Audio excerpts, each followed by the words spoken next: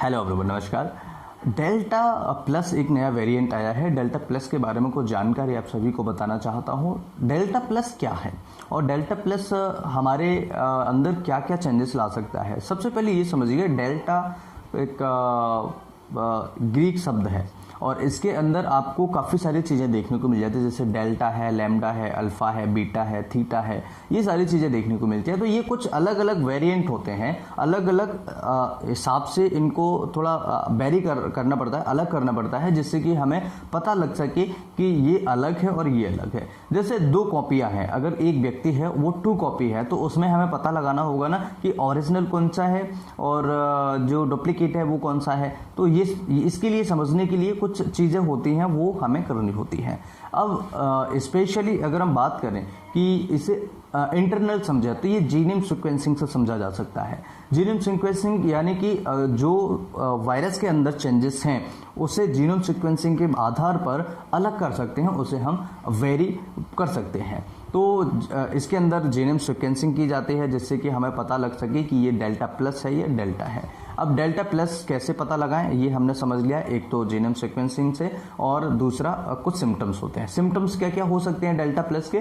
तो delta plus के जो सिम्टम्स होते हैं वो सिंपल है, जैसे कि कई पेशेंट को डायरिया होना, कई पेशेंट्स ऐसे होते हैं जिनको सीने में दर्द होना, सूखी खांसी होना या स्वाद नहीं आना, सूंघने की शक्ति कम होना, और कई पेशेंट जैसे हाथ पैरों में दर्द होना, जोड़ों में दर्द होना, आंखों में फ्लू जैसे लक्षण होना, और भी इसके अलग अलग सिम्टम्स हो सकते हैं जो कि पहले जो वायरस था उसमें भी देखने को मिल रहे थे। अब यहाँ पर पहले कौन सा वायरस था? पहले ओनली डेल्टा वायरस था और अब जो है वो डेल्टा प्लस वायरस आ रहा है। अब इसे थोड़ा सा एग्जाम्पल से समझिएगा कि हमारी कंट्री के लोग अलग हैं, उनकी बनावट अलग है, और जो बाहर के कंट्री के लोग हैं उनके बनावट अलग है, उनका फेस अलग है, उनके हेयर्स अलग हैं, उनके लिप्स अलग हैं, उनके चीक्स अलग हैं, उनके आईज अलग हैं, बहुत सारी चीज़ें वेरिएंट होता है, उनके स्किन अलग है।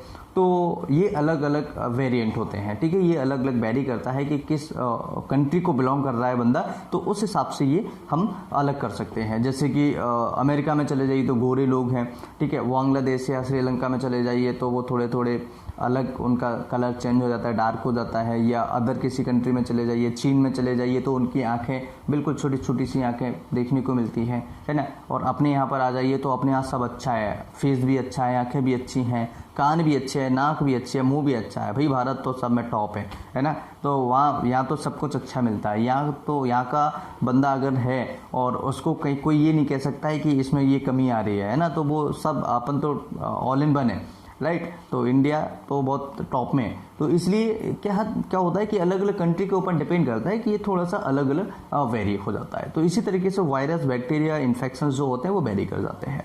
अब यहाँ पर कैसे बचना चाहिए ये सबसे बड़ी बात है। दूसरा, इसमें कुछ इन्फेक्शंस देखने को मिल रहे हैं, जैसे कि क्या होता है इसकी इन्फेक्टिविटी जो है वो कम देखने को मिल रही है। अब यानी कि घर में 10 लोग हैं, अब घर में 10 लोग में से किसी एक को हुआ तो पहले वाला जो वायरस था वो अगर उसके एक व्यक्ति को इन्फेक्शन हुआ, उसके आसपास अगर कोई आ भी जाता है, चला जाता है, या उसका कोई झूठा खा लेता है या उसके कांटेक्ट में भी इवन रहता है एटमॉस्फेयर में, तो उसको होने के चांसेस ज़्यादा थे, मतलब दूसरे व्यक्ति को होने के चांसेस ज़्यादा थे। लेकिन इसमें डेल्टा में ऐसा कुछ नहीं हो रहा है। डेल्टा में देखने को मिल रहा है कि अगर एक व्यक्ति को है, फैमिली में 10 मेंबर्स हैं तो 10 मेंबर्स को में से किसी को नहीं होगा, केवल जिसको हुआ है उसी को होगा। अब ये नहीं है कि झूठा खा लेना है या वो, मतलब एक एटमॉस्फेयर की हम बात करें कि एटमॉस्फेयर में जो इन्फेक्शन फैल रहा था वो डेल्टा प्लस में देखने को कम मिल रहा है। ये सबसे बड़ी बात है, सबसे वेरी गुड न्यूज़ है, ये बात आपको याद रखना होगा। तो ये हमारे लिए एक पॉजिटिव विचार है, एक पॉजिटिव हमारे पॉइंट है, पॉजिटिव प्लस पॉइंट है कि हम इन्फेक्टिविटी जो रेट है वो हमारी कम है इस डेल्टा प्लस वायरस के बॉडी के अंदर। अब यहाँ पर कैसे बचना चाहिए? तो सिंपल बचने का एक ही तरीका है, मास्क जो हम लगा रहे हैं प्रॉपर तरीके से लगाइए, सैनिटाइज हैंड्स को करते रहिए, ज़्यादा लोगों से मिलने की कोशिश नहीं कीजिएगा।